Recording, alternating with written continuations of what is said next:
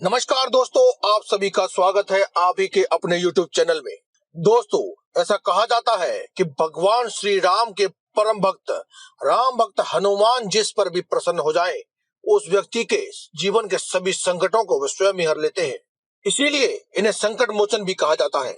जीवन में आने वाली कोई भी परेशानी हो, छोटी हो या बड़ी हो, आर्थिक समस्या हो या फिर पारिवारिक सुख हो, अगर आपके जीवन में ऐसी कोई भी समस्या ने घर कर लिया है, तो आपको आज हम मंगलवार या फिर हनुमान जी के लिए किए जाने वाले कुछ ऐसे उपाय बताएंगे जिन्हें आप करके अपने जीवन के सभी दुखों और संकटों से मुक्ति पा सकते हैं। ऐसा माना जाता है कि मंगलवार को किए जाने वाले उपाय सीधे भगवान हनुमान जी के पास जाते हैं और हनुमान जी के जो भी उपाय हैं वे मंगलवार को किए जाते हैं, लेकिन ऐसा सत्य नहीं है। हनुमान जी के लिए सभी दिन और वार एक समान होते हैं।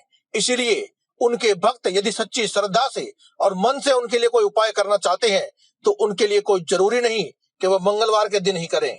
वे चाहें तो किसी भी दिन व किसी भी समय हनुमान जी के लिए उपाय कर सकते हैं और अपनी मन में दबी हुई सभी इच्छाओं को और मनोकामनाओं को पूरा करने के लिए जो उपाय किया जाना चाहिए वे करके अपनी सभी इच्छाओं को और मनोकामनाओं को शीघ्र से शीघ्र पूर्ण कर सकते हैं। इसीलिए आज की इस वीडियो में हम आपको हनुमान जी के लिए और हनुमान जी के द्वारा किए जाने वाले कुछ ऐसे उपाय बताएंगे जिन्हें अगर आप कर लेते हैं तो आपके जीवन में दुख और दरिद्रता हमेशा के लिए चली जाएगी, सुख और ऐश्वर्य का हमेशा ही वास रहेगा। बाकी अगर आप चाहें तो इन उपायों को आप मंगलवार के दिन अपनी श्रद्धा अनुसार भी कर सकते हैं। देखिए, हनुमान जी की पूजा करने के बहुत से तरीके हैं। कहा जाता है कि हनुमान जी की पूजा करने से आपके जीवन में आने वाली सभी समस्याओं को तो अंत करते ही हैं, सभी आपको जीवन में आ रही सभी समस्याओं से, बाधाओं से मुक्ति दिलाकर आपको उनसे बाहर कर देते हैं। हनुमान जी को सबसे ज्यादा पसंद है नारियल, लौंग, सुपारी, पान, बूंदी के लड्डू। तो क्यों ना इन चीजों का इस्तेमाल करके हम कुछ ऐसे उपाय करें जिससे कि हमारी मनोकामना पूर्ण हो जाए। तो आइए जानते हैं आज की इस वीडियो में कि आपको कौन सी चीज का किस प्रकार से इस्तेमाल करना है ताकि आपकी सभी मनोकामनाएं पूर्ण हो जाएं। बस आपसे अनुरोध है कि आप इस वीडियो को अंत तक देखें और कमेंट बॉक्स में जय बजरंगबली एक बार अवश्य लिखें। अगर वीडियो पसंद आए तो इसे लाइक करें और शेयर करें। अगर अभी तक आपने हमारे इस चैनल को सब्सक्राइब नहीं किया है तो आप पहले से सब्सक्राइब कर लें, क्योंकि हम हर रोज लाते रहते हैं ऐसे ही जबरदस्त वीडियोस जिनसे आप अपने जीवन को सुखमय बना सकते हैं और जी सकते हैं एक सुखमय जीवन। तो अब हम बात करते हैं हनुमान जी के उपाय करने के लिए आपको कौन सी चीजों का इस्तेमाल करना है और किस प्रकार से इस्तेमाल करना है। दोस्तों, जैसा कि हमने आपको बताया कि हनुमान जी को प्रिय है लौंग, इलायची और सुपारी, तो क्यों ना हम भगवान हनुमान जी के लिए उनके प्रिय इन सब चीज से मिलाकर के एक पान का बीड़ा बनाएं और उन्हें अर्पित करें ताकि आपकी सभी मनोकामनाएं पूर्ण हो सके। अब देखिए दोस्तों, जैसा कि आपको हम बता चुके हैं, आप चाहें तो इन उपायों को मंगलवार के दिन कर सकते हैं और वैसे तो आप इन उपायों को किसी भी दिन कर सकते हैं। जिस समय आपको अपने जीवन को बदलने का ख्याल आया है, इस समय आया है, आप ये उपाय सुन रहे हैं, तो आप इस उपाय को अभी भी कर सकते हैं, आज कर सकते हैं, कल भी कर सकते हैं, मंगलवार के दिन कर सकते हैं या रविवार के दिन भी कर सकते हैं, क्योंकि सभी देवी देवता अपने भक्तों पर समान कृपा बरसाते हैं जब भी वे उनसे प्रसन्न हो जाते हैं। दोस्तों, जीवन में ज्यादातर समस्याएं तो शनि दोष या फिर कोई पापी ग्रह अगर आपकी कुंडली में आकर बैठ जाता है तो उसके कारण होती है। इसलिए आप क्या करें, आप एक पान का बीड़ा बनाएं जिसमें लौंग, इलायची रखें और साथ ही सुपारी के ऊपर लाल रंग का धागा लपेटकर यानी कि कलावे को लपेट करके आप एक पान का बीड़ा बनाकर हनुमान जी को अर्पित करें। इससे आपके जीवन के सभी शनि दोष चले जाएंगे। और साथ ही हनुमान जी को बीड़ा अर्पित करने के बाद वहीं बैठ करके हनुमान जी के सामने आप एक बार हनुमान चालीसा का जाप अवश्य करें। दोस्तों, हनुमान जी के उपाय केवल शनि दोषों से मुक्ति नहीं दिलाते हैं बल्कि आपकी आर्थिक समस्याओं में भी आपको बहुत लाभ दिलाते हैं। अगर आपको लगता है कि आपके जीवन में आर्थिक समस्याएं हैं, धन संबंधी परेशानियां हैं, तो आप हनुमान जी के उपाय कर सकते हैं। क्या उपाय करें बताते हैं अभी आपको। बस आप ये वीडियो अंत तक देखें ताकि आपको आज इस वीडियो में हम जो खास उपाय बताने वाले हैं उन सभी उपायों के बारे में जानकारी हो सके और आप अपने जीवन में सुखहाली और खुशियां भर सके। दोस्तों, कहते हैं कि बीड़ा उठाना यानी कि किसी भी मुश्किल भरे, जोखिम भरे या फिर जिम्मेदारी भरे कार्य का बीड़ा उठाना हो, चाहे वह घर में धन संबंधी समस्याओं को दूर करने वाली समस्या हो या कार्य हो, या इसका बीड़ा उठाना हो, या फिर कोई भी आपका महत्वपूर्ण कार्य जो पूरा नहीं हो रहा है, जिसका आपने बीड़ा उठाया है कि आप वह कार्य करके ही मानेंगे, इस कभी कार्य को पूरा करना चाहते हैं, तो आप क्या करें, एक नियम बना लें कि आप हफ्ते में किसी भी एक दिन, चाहे वह दिन मंगलवार हो या कोई भी अन्य दिन हो, उस दिन आप हनुमान जी की विधिवत पूजा करने के बाद एक पान का बीड़ा उन्हें अवश्य चढ़ाएंगे। दोस्तों देखो, बीड़े का बदला बीड़ा ही होता है। जिस प्रकार से आपने अपनी जिंदगी में बीड़ा उठाया है कि आप सफलता प्राप्त करेंगे ही करेंगे, उसी प्रकार से आप हनुमान जी को भी बीड़ा चढ़ाएं, पान का बीड़ा चढ़ाएं, जिससे कि आप अपने जीवन के जो भी बीड़ा उठाया है, जो जिम्मेदारी उठाई है, उसे आप पूरा कर सकें। लेकिन एक बात का आप विशेष ध्यान रखें कि जो आप पान का बीड़ा बनाने वाले हैं, इसमें आप चूना, जर्दा इत्यादि चीजें न डलवाएं। आप एक सादा सा मीठा पान बनवाएं और हनुमान जी के लिए इलायची, लौंग और कलावा बांधकर सुपारी रखी हुई बीड़े को अर्पित करें।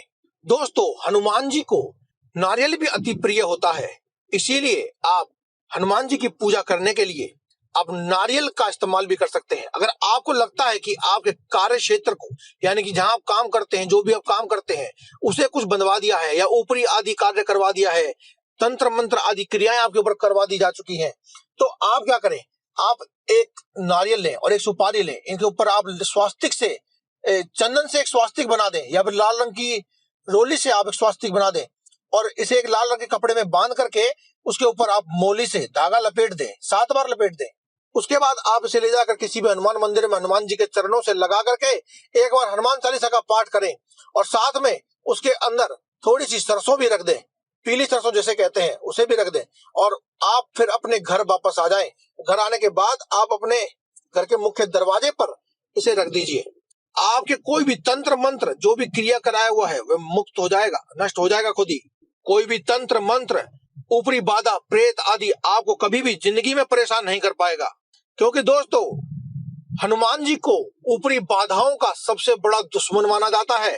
जहां भी ऊपरी बाधाएं होती हैं उसकी नली तोड़ देते हैं हनुमान जी, इसीलिए संकट मोचन भी कहा जाता है। अब आपको बताते हैं लौंग का और एक काली मिर्च का उपाय। जी हाँ दोस्तों, लौंग और काली मिर्च का उपाय।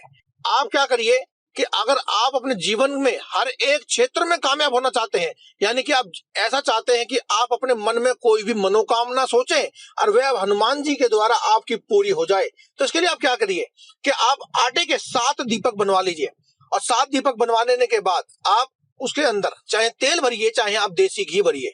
उसके बाद आप उनमें से किसी भी एक दीपक में आप 2 लौंग डाल दीजिए। लौंग दोस्तों आपको फूल वाली लेनी है। पूजा में जब भी आप लौंग का इस्तेमाल करेंगे, चाहे आपको कोई बताए या ना बताए, आपको हमेशा ही फूल वाली लौंग का ही इस्तेमाल करना है। आप फूल वाली लौंग ले लीजिए और एक दीपक में डाल दीजिए।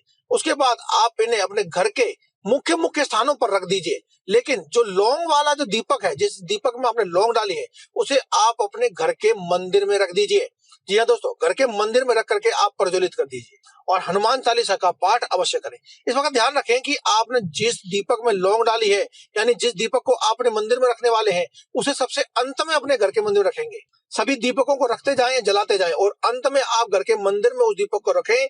आप उस दीपक को फिर प्रज्वलित करें और आप फिर वहां पर बैठ करके अपने घर में ही हनुमान चालीसा का पाठ करें। हनुमान चालीसा का पाठ पूरा हो जाए उसके बाद अपने मन में अपनी मनोकामना को आप 7 बार कहें। देखिए 7 दीपक जलाए हैं ना, तो 7 बार ही आप अपनी मनोकामना कहेंगे। 7 बार मनोकामना कह दीजिए और फिर आप इस बात का नियम बना लें और आप इसे लगातार 11 बार करें। यानी कि जिस भी वार को आपने इसे किया है, यानी मंगलवार को अगर आपने किया है, तो आप लगातार 11 मंगलवार तक यही उपाय करें और फिर देखिए आप चमत्कार किस प्रकार से होता है। इसकी जगह पर अगर आप काली मिर्च डाल देते हैं, यानी लौंग डालने की जगह उस दीपक में आप काली मिर्च डाल देते हैं। काली मिर्च के भी आपको 7 दाने ही डालने हैं दोस्तों। 7 दाने डाल देने के बाद एक ही दीपक में 7 दाने डाल देने हैं, या फिर चाहे तो एक एक दाना एक एक दीपक में भी डाल सकते हैं।